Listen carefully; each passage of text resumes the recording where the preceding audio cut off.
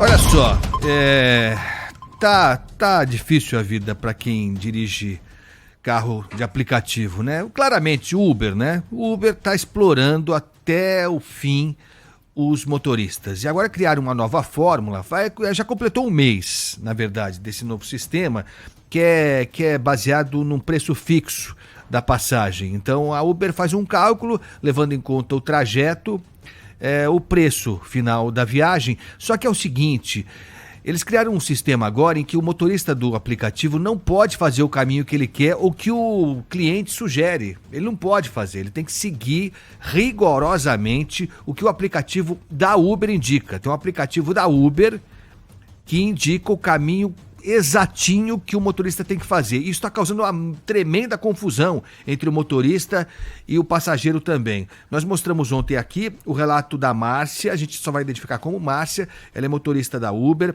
de Carapicuíba e contou um caso de um passageiro que brigou com ela e o caso foi parar na polícia por causa disso, porque ela teve que seguir à risca o trajeto que era indicado pelo aplicativo da Uber. Vamos lembrar.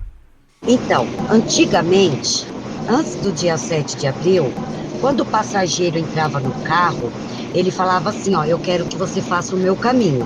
A gente podia fazer o caminho do passageiro. Agora não.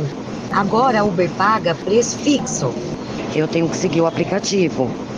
Então, se o passageiro falar, faz o meu caminho e o caminho dele, ele não é do aplicativo, eu não ganho. Então, eu quis falar para ele que eu estava seguindo o aplicativo.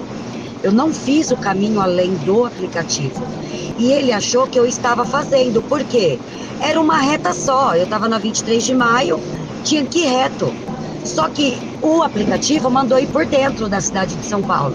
Tipo, sai da 23 de maio, entra no elevado Costa e Silva, vai por dentro ali da Rio Branco. E ele não gostou. E eu explicando pra ele, eu falei, olha, eu não posso fazer o seu caminho. Aí ele se exaltou, falando que eu estava falando que ele estava errado. Aí ele começou a falar que eu sequestrei ele. Bom, enfim, ele ligou pra polícia, falando que eu estava sequestrando ele. E aí veio polícia, veio um monte de gente, tivemos que fazer BO, né? E eu estou toda constrangida, eu passei mal na hora, né? Porque um homem, ele ficou agressivo. Então assim, isso é culpa da Uber, né? Com os outros amigos meus que estão passando por isso, não teve polícia, mas teve discussão com o passageiro. Isso que é o pior, sabe? É uma barbaridade mesmo, porque você imagina só, né? Há uma relação, né, de respeito, tem que haver entre o motorista, seja taxista, seja motorista de aplicativo e o cliente, que às vezes tem o caminho de predileção dele. O cidadão faz o caminho da casa para o serviço, do serviço para casa desde sempre. Ele tem o caminho que ele prefere. E agora com essa nova sistemática da Uber, que tem como objetivo, lógico, ganhar mais dinheiro, o cliente está impedido de definir um trajeto. E não é só isso não. Para piorar ainda mais, e a Márcia, motorista de aplicativo, vai contar para a gente, esse sistema da Uber, esse novo aplicativo que indica o caminho para os motoristas da Uber, ele não identifica possíveis problemas que surjam de repente. Então, por exemplo, um acidente que aconteceu há pouco tempo na Marginal. Esse aplicativo de caminho da Uber não identifica esse problema à frente. E aí, lógico, um trajeto que era para durar 1 hora pode demorar muito mais do que isso, como ela explica, e isso aumenta ainda mais a tensão entre motorista e passageiro. Vamos ouvir. Não, ele não indica o melhor caminho. Aí é que tá, entendeu? É o caminho que o algoritmo, né, que é o nosso gerente, faz. É ele que manda.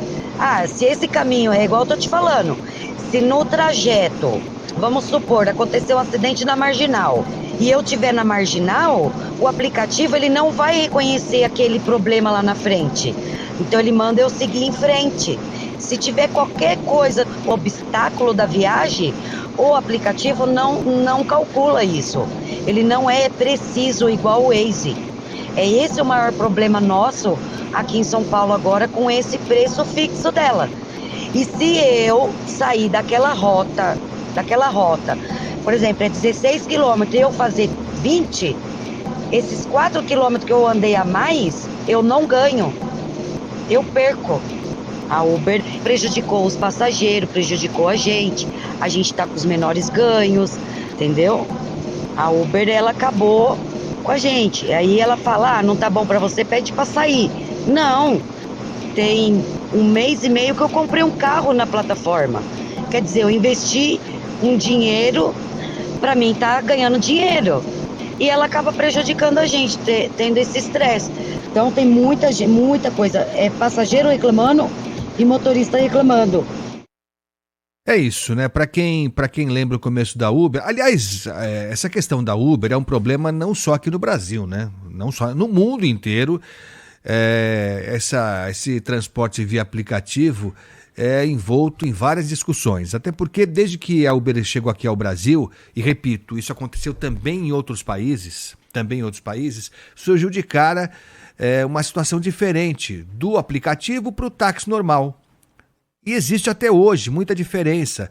É injusta a relação que a Prefeitura de São Paulo tem, por exemplo, com o taxista na comparação com o motorista de aplicativo. O taxista tem que cadastrar o carro dele, tem que pagar um monte de imposto, enfim, tem que seguir uma norma enorme para conseguir ser autorizado pela Prefeitura para circular pela cidade. No caso do carro de aplicativo, não é assim que funciona. E, em contrapartida, apesar dessa facilidade a mais, digamos, que o motorista de aplicativo tem em relação ao taxista, a relação é leonina. A relação entre a empresa Uber e o motorista que circula pela cidade é uma relação desigual, desleal e desonesta também. Então, a Uber tem se destacado por criar sistemas que vão apertando cada vez mais, aumentando cada vez mais as dificuldades para o motorista do aplicativo. Quem já falou com algum motorista desse sabe, logo no início, o rendimento desses motoristas de aplicativo era muito maior. Havia menos motoristas também, a concorrência era muito menor. Chegou num ponto agora em que quase não está valendo mais a pena ser motorista de aplicativo. E não vale a pena para o motorista e para o usuário também. Porque como a renda, como o que sobra para o motorista é muito pouco, ele acaba escolhendo o caminho que ele quer fazer, o trajeto, a corrida que ele quer fazer ou que ele não quer fazer. Se for muito curto, ele nem vale a pena para ele. E aí ele cancela e fica aquela eterna busca do cliente por um motorista, por um carro para seguir para o serviço, seja lá para onde for. Então, algo tem que ser feito. Do jeito que está, não está valendo a pena nem para o usuário e nem para o motorista. Agora são 11h56. Rede Bandeirantes de Rádio.